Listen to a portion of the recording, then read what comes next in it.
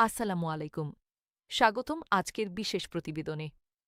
আজ আমরা নিয়ে এসেছি বাংলাদেশের প্রায় ১৫ লক্ষাধিক সরকারি চাকরিজীবীর জীবনকে আমূল বদলে দিতে পারে এমন একটি যুগান্তকারী খবর।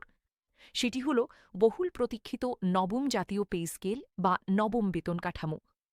এই বেতন কাঠামো নিয়ে দেশজুড়ে যে প্রতীক্ষা, যে উদ্বেগ, যে প্রত্যাশা তৈরি হয়েছে, তার সর্বশেষ এবং সবচেয়ে গুরুত্বপূর্ণ আপডেট আজ আমরা আপনাদের সামনে উপস্থাপন করতে চাই। আমাদের এই প্রতিবেদন শেষ পর্যন্ত মনোযোগ দিয়ে দেখুন, কারণ এখানে এমন অনেক তথ্য আছে যা হয়তো আপনি আগে কোথাও এভাবে একসাথে পাননি। তো চলুন শুরু করা যাক। প্রথমেই আসি সবচেয়ে বড় প্রশ্নে, কবে কার্যকর হবে এই নতুন পে স্কেল? আজ থেকে মাত্র কয়েক সপ্তাহ আগে, গত ১৭ই মে ২০২৬ তারিখে বাংলাদেশ সরকারের অর্থ ও পরিকল্পনা মন্ত্রী আমির খসরু মাহমুদ চৌধুরী সরাসরি ঘোষণা দিয়েছেন যে আগামী ১লা জুলাই ২০২৬ তারিখ থেকেই নতুন বেতন কাঠামো বাস্তবায়ন শুরু হবে। এটি কোনো গুজব নয়, এটি সরকারের সর্বোচ্চ পর্যায় থেকে আসা আনুষ্ঠানিক ঘোষণা। এর পাশাপাশি গত ২১শে মে ২০২৬ তারিখে মন্ত্রিপরিষদ সচিব নাসিমুল গনির নেতৃত্বে একটি উচ্চ পর্যায়ের বৈঠক অনুষ্ঠিত হয়। সেই বৈঠকেও ১লা জুলাই থেকে নতুন পে স্কেল কার্যকর করার বিষয়ে সরকারের অবস্থান পুনরায় নিশ্চিত করা হয়। অর্থাৎ এখন আর কোনো যদি কিংবা কিন্তু নেই। সরকার সিদ্ধান্ত নিয়েছে এবং সেই অনুযায়ী এগিয়ে যাচ্ছে। কিন্তু প্রশ্ন হল, কিভাবে বাস্তবায়িত হবে এই পে স্কেল? এখানেই রয়েছে সবচেয়ে গুরুত্বপূর্ণ তথ্যটি। সরকার সিদ্ধান্ত নিয়েছে এই পে স্কেল একবারে নয়, বরং ৩টি ধাপে ৩ বছরে সম্পূর্ণরূপে বাস্তবায়িত হবে। প্রথম ধাপে, অর্থাৎ ২০২৬-২৭ অর্থবছরে প্রস্তাবিত নতুন মূল বেতনের ঠিক অর্ধেক বা ৫০% কার্যকর হবে। দ্বিতীয় ধাপে, অর্থাৎ পরের বছর, বাকি অর্ধেক বা ৫০% বাস্তবায়ন করা হবে। ফলে ২ বছরের মাথায় পুরো মূল বেতন বৃদ্ধি কার্যকর হয়ে যাবে। তৃতীয় ধাপে, তৃতীয় বছরে সব ধরনের ভাতা ও অন্যান্য সুবিধাগুলো সম্পূর্ণভাবে চালু করা হবে। এই ৩ ধাপের বাস্তবায়ন পদ্ধতি নিয়ে সরকারি চাকরিজীবীদের মধ্যে কিছুটা হতাশাও তৈরি হয়েছে। অনেকেই চাইছিলেন একসাথে পুরো বৃদ্ধি পাবেন। কিন্তু সরকারের যুক্তি হল, দেশের বর্তমান অর্থনৈতিক বাস্তবতা এবং রাজস্ব সংগ্রহের সীমাবদ্ধতার কথা মাথায় রেখে ধাপে ধাপে এগোনোটাই টেকসই পন্থা। এদিকে গতকাল ৩রা জুন ২০২৬ তারিখে প্রকাশিত খবরে জানা গেছে, বাজেট ঘোষণার সময় ঘনিয়ে আসায় সরকারি চাকরিজীবীদের মধ্যে নানা শঙ্কা ও অনিশ্চয়তা তৈরি হয়েছে। তারা উদ্বিগ্ন যে গেজেট প্রকাশ না হলে কিভাবে ১লা জুলাই থেকে নতুন বেতন পাবেন। তবে সরকারি কর্তৃপক্ষ জানাচ্ছে যে প্রক্রিয়া দ্রুতগতিতে এগিয়ে চলছে এবং নির্ধারিত সময়েই বাস্তবায়ন হবে। এখন আসি এই পে স্কেলের ইতিহাসে। এই বিষয়টি না জানলে পুরো ছবিটা স্পষ্ট হবে না। বাংলাদেশে স্বাধীনতার পর ১৯৭৩ সালে প্রথমবারের মতো জাতীয় পে স্কেল ঘোষণা করা হয়। তারপর থেকে ২০১৫ সাল পর্যন্ত মোট ৮টি পে স্কেল ঘোষিত হয়েছে। সর্বশেষ অর্থাৎ অষ্টম পে স্কেল কার্যকর হয়েছিল ২০১৫ সালে। নিয়ম অনুযায়ী প্রতি ৫ বছর অন্তর নতুন পে স্কেল আসার কথা, কিন্তু সেই হিসেবে ২০২০ সালেই নবম পে স্কেল আসার কথা ছিল। করোনা মহামারী, বৈশ্বিক অর্থনৈতিক সংকট এবং দেশের রাজনৈতিক পট পরিবর্তনের কারণে তা আটকে থেকেছে। এই দীর্ঘ ১১ বছরের অপেক্ষার পর এখন সত্যিই পরিবর্তনের দিন এসেছে। ২০২৪ সালের ৫ আগস্ট রাজনৈতিক পট পরিবর্তনের পর অন্তর্বর্তী সরকার ক্ষমতায় আসে। তারাই নবম পে স্কেলের সুপারিশ প্রণয়নের জন্য একটি জাতীয় বেতন কমিশন গঠন করে। এই কমিশন কিভাবে গঠিত হয়েছে? সাবেক অর্থসচিব জাকির আহমেদ খানের নেতৃত্বে ২৩ সদস্য বিশিষ্ট এই জাতীয় বেতন কমিশন দীর্ঘ কাজ শেষে তাদের চূড়ান্ত প্রতিবেদন প্রধান উপদেষ্টার কাছে জমা দিয়েছে।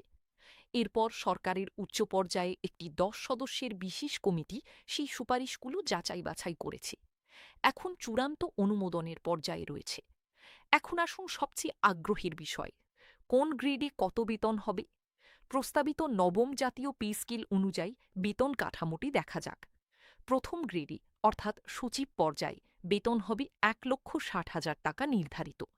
দ্বিতীয় গ্রেডে ১,৩২,০০০ থেকে ১,৫৩,০০০ টাকা।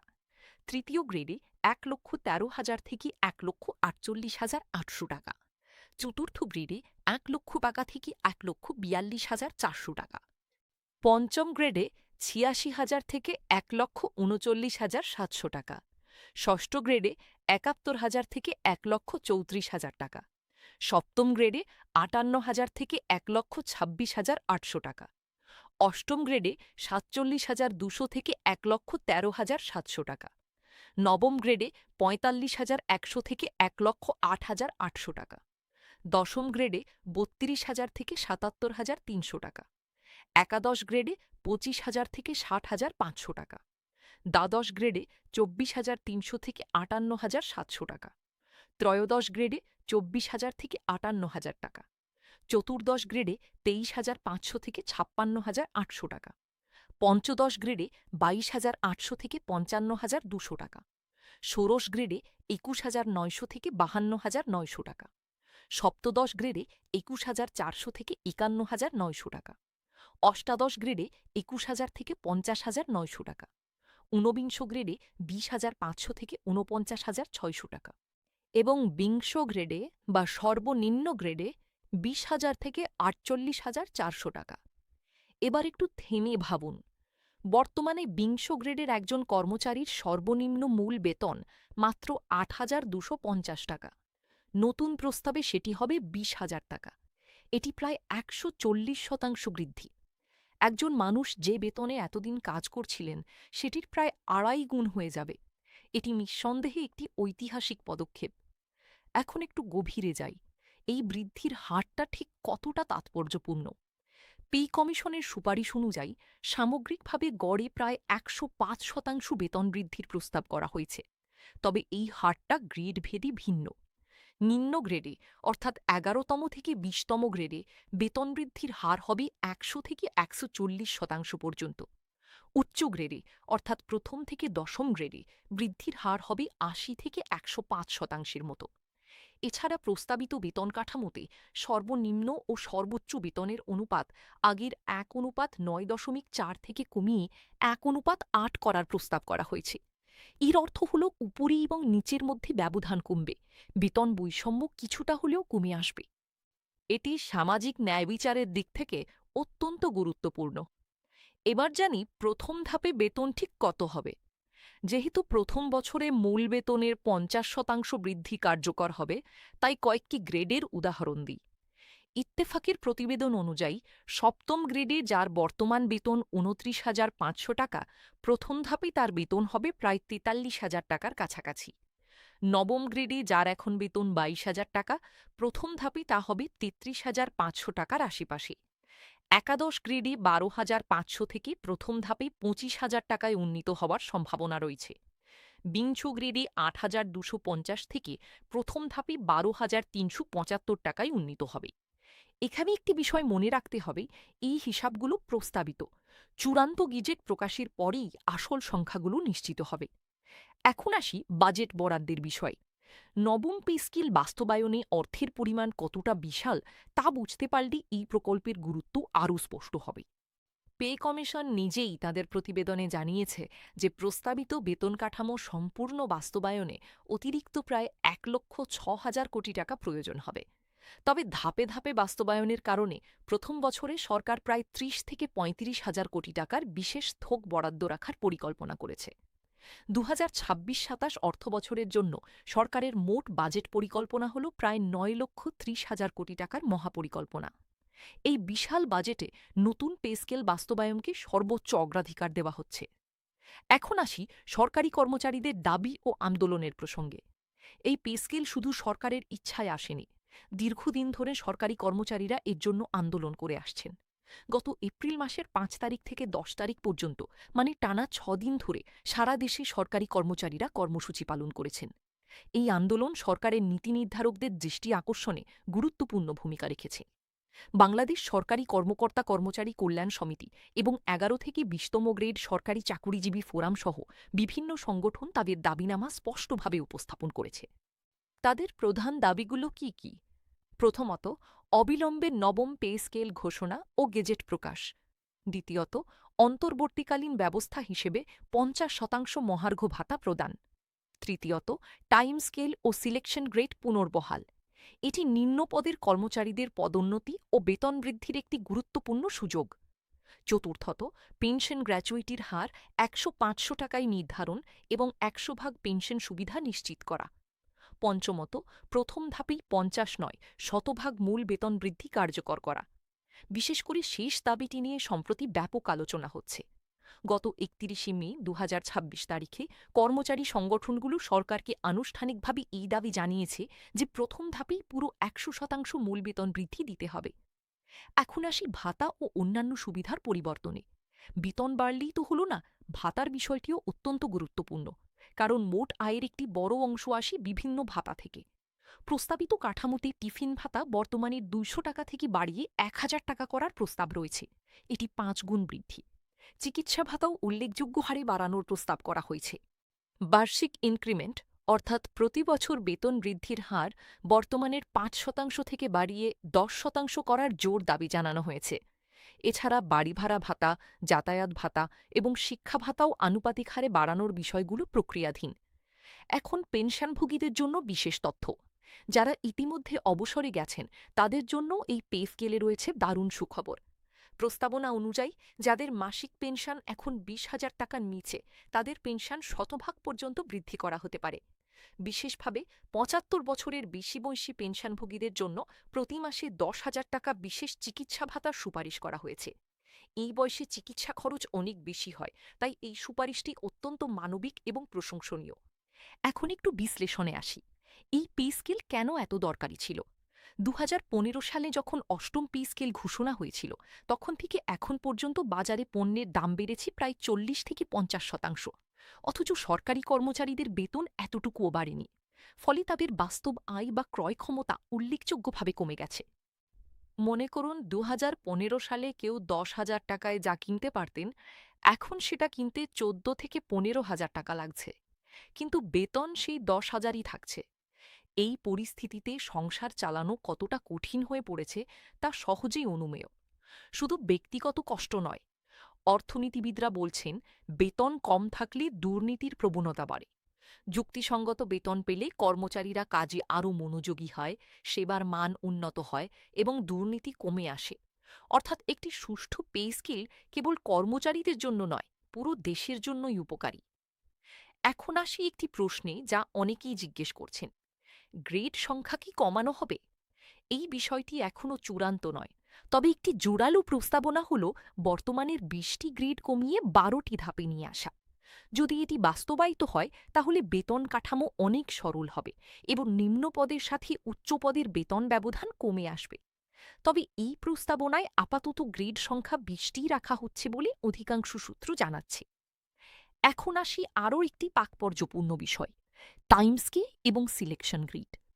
অনেক সরকারি কর্মচারী, বিশেষ করে নিম্ন পদের কর্মচারীরা এই দুটি বিষয় নিয়ে সবচেয়ে বেশি উৎসাহী।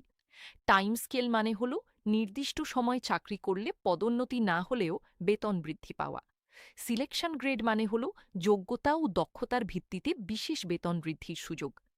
এই দুটি সুবিধা একটি নির্দিষ্ট সময়ে বাতিল করা হয়েছিল। এখন সরকারি কর্মচারী সংগঠনগুলো এগুলো ফিরিয়ে আনার জোর দাবি জানাচ্ছে এবং কমিশনও এই বিষয়টি সক্রিয়ভাবে বিবেচনা করছে। এখন একটু দেখি আগের পে স্কেলগুলোর সাথে তুলনায় এই নতুন স্কেলটি কোথায় দাঁড়িয়ে। ১৯৭৩ সাল থেকে শুরু করে প্রতিটি পে স্কেলই সরকারি কর্মচারীদের জীবনে পরিবর্তন এনেছে। কিন্তু এবারের পে স্কেলটি বিশেষ কারণে ঐতিহাসিক, কারণ এটি ১১ বছরের দীর্ঘ ব্যবধানে আসছে এবং এর বৃদ্ধির হার এককভাবে এত বেশি যা আগে কখনো হয়নি। গড়ে ১০৫% বৃদ্ধি এর আগে কোনো পে স্কেলে দেওয়া হয়নি। এই বিবেচনায় নবম পে স্কেল সত্যিই একটি যুগান্তকারী বেতন কাঠামো। এখন একটু সামনে তাকাই, আগামী কয়েক সপ্তাহে কি হতে পারি? বাজেট ঘোষণা হতে পারে আগামী কয়েকদিনের মধ্যে। বাজেটে এই পে স্কেলের জন্য বরাদ্দ দেখলেই স্পষ্ট হয়ে যাবে সরকারের পরিকল্পনা কতটা বাস্তবমুখী। এরপর গেজেট প্রকাশ হবে। গেজেট প্রকাশ হলেই বোঝা যাবে ঠিক কোন গ্রেডে কত বেতন হবে। তারপর ১ জুলাই ২০২৬ থেকে নতুন বেতন কার্যকর। এই পথচলা মসৃণ হবে কিনা তা নিয়ে কিছুটা অনিশ্চয়তা আছে, তবে সরকারের ঘোষণা এবং বিভিন্ন উচ্চ পর্যায়ের বৈঠকের সিদ্ধান্ত দেখে মনে হচ্ছে এবারে সত্যিই পরিবর্তন হবে। এবার আসি একটি গুরুত্বপূর্ণ প্রশ্নে, এই পে স্কেল দেশের অর্থনীতিতে কী প্রভাব ফেলবে? অনেকেই বলছেন এত বেতন বৃদ্ধিতে সরকারের ব্যয় অনেক বেড়ে যাবে। এটা সত্যি, কিন্তু অন্যদিকে যদি দেখি প্রায় ১৫ লক্ষ সরকারি কর্মচারীর হাতে যদি বেশি অর্থ আসে, তাহলে বাজারে ভোক্তা চাহিদা বাড়বে। দোকানপাট, ব্যবসা বাণিজ্য, আবাসন, পরিবহন সব ক্ষেত্রে সেই অর্থ প্রবাহিত হবে। এতে দেশের সামগ্রিক অর্থনৈতিক কর্মকাণ্ড চাঙ্গা হবে। অনেক অর্থনীতিবিদ মনে করছেন ভালো বেতন মানেই বেশি কর্মদক্ষতা এবং কম দুর্নীতি, যা দীর্ঘমেয়াদে দেশের উন্নয়নে সহায়ক। তবে সরকারকে রাজস্ব সংগ্রহ বাড়াতে হবে।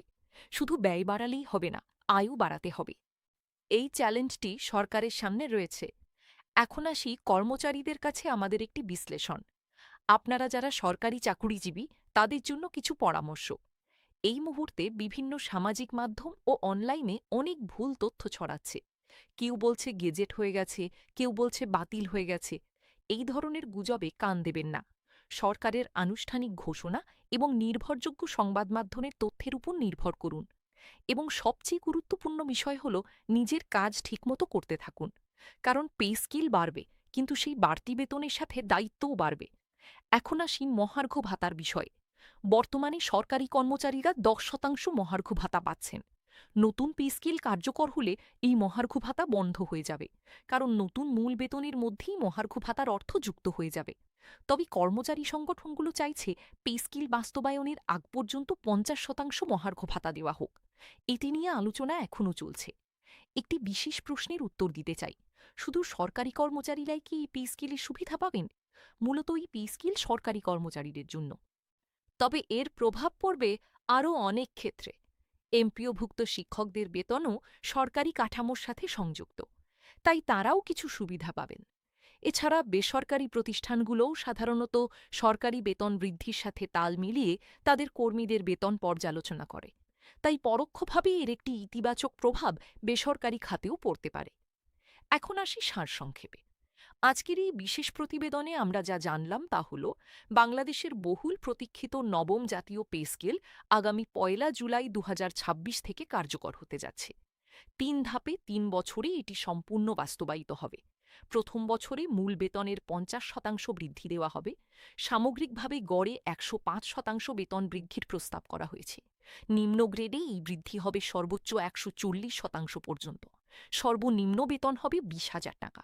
বাজেটে ৩০ থেকে ৩৫,০০০ কোটি টাকা বরাদ্দ রাখা হচ্ছে। পেনশনভোগীরাও সুবিধা পাবেন। এবং এই স্কেল কার্যকরের ব্যাপারে সরকারের সর্বোচ্চ পর্যায় থেকে নিশ্চিত ঘোষণা দেওয়া হয়েছে।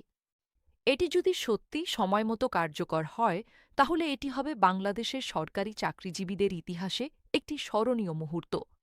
আমাদের এই প্রতিবেদন দেখার জন্য আপনাদের আন্তরিক ধন্যবাদ। আপনি যদি এই ভিডিও সম্পূর্ণ দেখে থাকেন, তাহলে নিচে কমেন্ট করে জানান আপনি কোন গ্রেডের কর্মচারী এবং নতুন পে স্কেলে আপনার কত বেতন হবে বলে আপনি আশা করছেন। এছাড়াও আপনার চারপাশে যেসব সরকারি চাকরিজীবী আছেন, তাদের সাথে এই ভিডিও শেয়ার করুন, যাতে তারাও সর্বশেষ এবং সঠিক তথ্য পেতে পারেন। আমাদের চ্যানেলটি সাবস্ক্রাইব করুন এবং বেল আইকনে ক্লিক করুন, যাতে নতুন কোনো আপডেট এলেই আপনি সবার আগে জানতে পারেন। আল্লাহ হাফেজ। ভালো থাকুন, সুস্থ থাকুন।